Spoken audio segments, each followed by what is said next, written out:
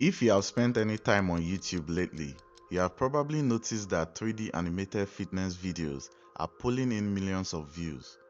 Whether it's workout tutorials, anatomy guides, or habit building stories, people love visual dynamic content. But if you have ever tried to make one of these videos yourself, you quickly realize the biggest bottleneck isn't usually the animation, it's the scene building, sourcing, modeling, and texturing. Dozens of gym props like dumbbells, kettlebells, and machines can take hours, if not days of tedious work. Today, I'm going to show you my complete workflow for building and animating a 3D fitness scene from scratch. And to solve our prop creation bottleneck, we are going to be using today's video sponsor, Hyper3D Rodin Gen-2.5.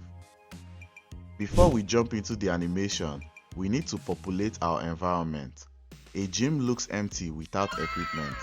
Normally, I would have to search online marketplaces for assets, hope the textures look decent, or spend hours modeling them by hand.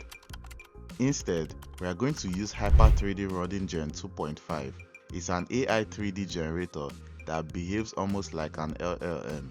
It actually thinks about the structure before it builds, and in its fastest generation can be in as little as 4 seconds, while the extreme high mode can generate up to 10 million polygon models.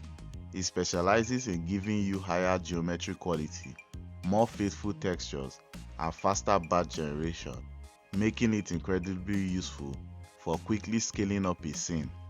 Let's head over to the tool and generate our first prop. When you log into Hyper3D Rodin, the layout is straightforward. To start, let's generate a complex gym prop, something like a classic treadmill.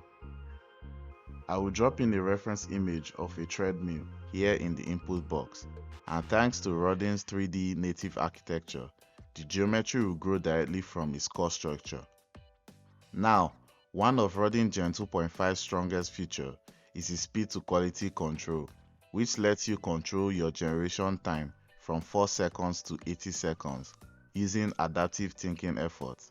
Let's do a side-by-side comparison of these modes. If we look at the extreme low settings, it generates a million polygon model in about 4 seconds.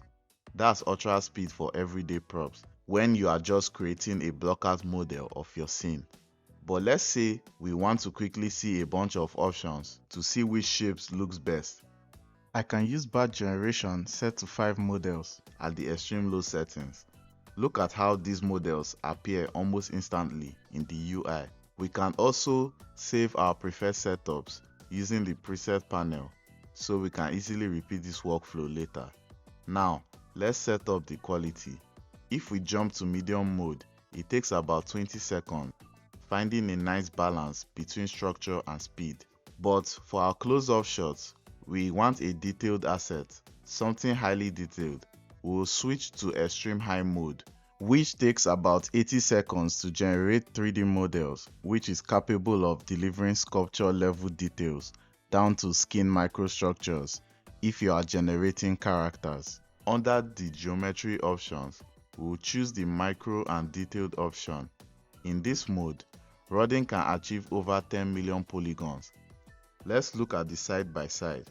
Extreme low is perfect for rapid ideation and background props, while extreme high gives us rich structural depth for close-ups.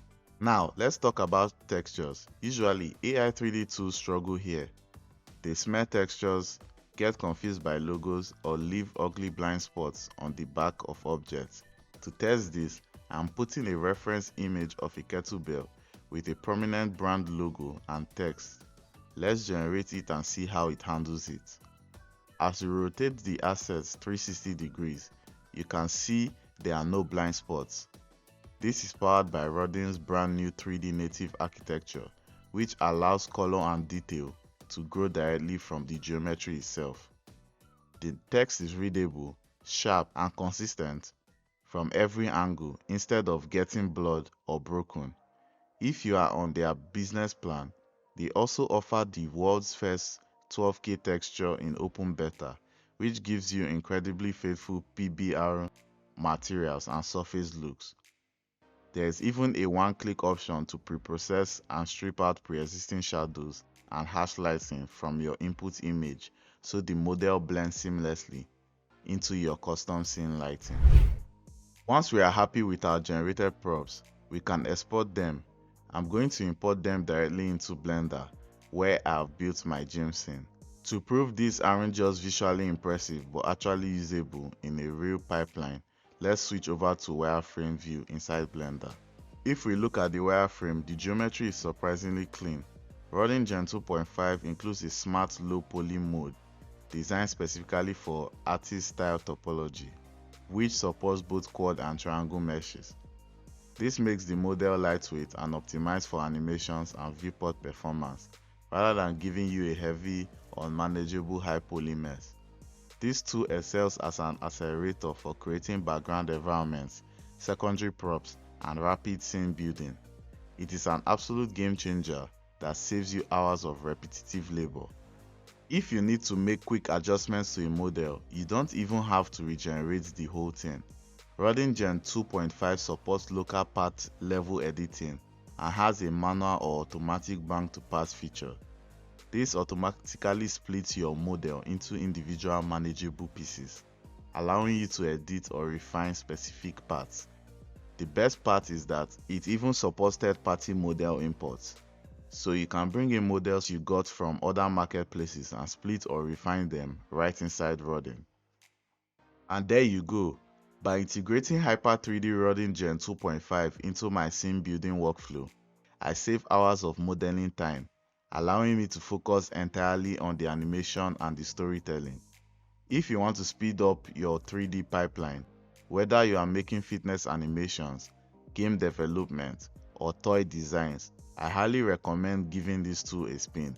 You can head over to the link in the description to register on the Hyper3D website to try Gen 2.5, and if you use my existing code, you will get an additional 14-day free trial to test out all the features we looked at today. Let me know what you think of this workflow in the comments below, and I will see you in the next video.